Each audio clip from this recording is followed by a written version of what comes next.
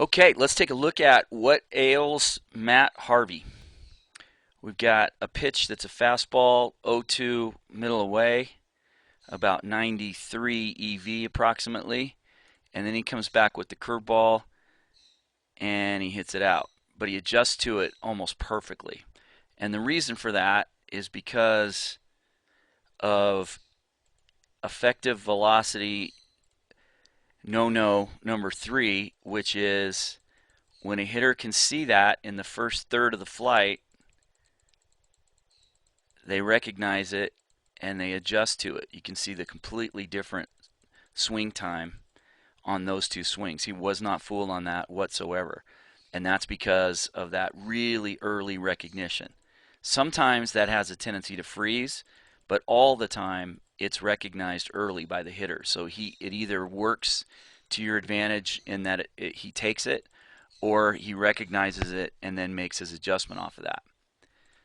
So that was the first bit of damage. When we go later in the game, not too much later because he didn't last all that long, you get a fastball down and away. 93 is going to be around 88 or 89 down there. And then one that's a little faster at 93, but it's elevated a little bit. So it's probably going to be about 90 or 91. And then he comes right back to fastball, slower fastball, and we're right back to about 90. So he throws 3 pitches within just a couple of EV miles an hour apart. And then I think this is Bryce Harper's first hit off of him. 94 down and in is going to stay around 94 EV. Then he comes back with one that looks like it's just about middle away. It might be middle. This angle's tough to tell. And then the next one is in the same exact spot at the same exact speed. And that's always at risk from an EV perspective, because sameness is what hitters need. They need to time something, and when he sees this second pitch and he swings at it and just misses it because he is completely extended and just a really marginal amount underneath that and a tiny bit late, and then he catches up. Guys make adjustments really quickly. And so one of the tenets of EV is to not create the same speed back to back very often unless you do it in strategic ways. There are some that really make a difference.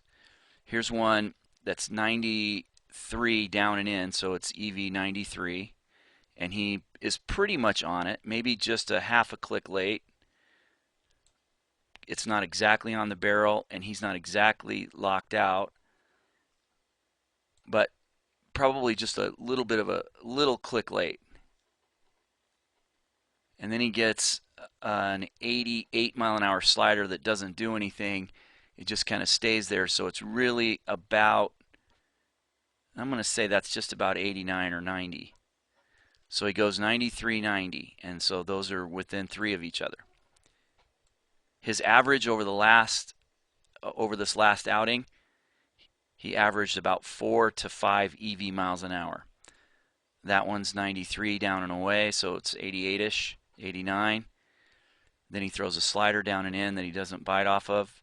And there's a reason why he doesn't bite on that. Let's take a look really quick.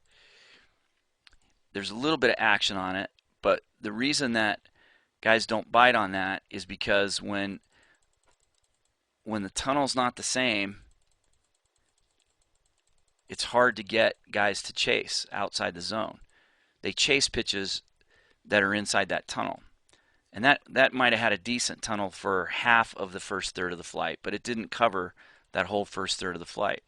And now he comes back and repeats, same exact pitch, and he rips it up the middle. And again, it's down and away. You just can't live there and expect guys not to be all over that speed. But his primary deal is he just doesn't have enough EV speed differential. 93, 94 miles an hour is plenty of velocity, but not if you use it at 89 or 90.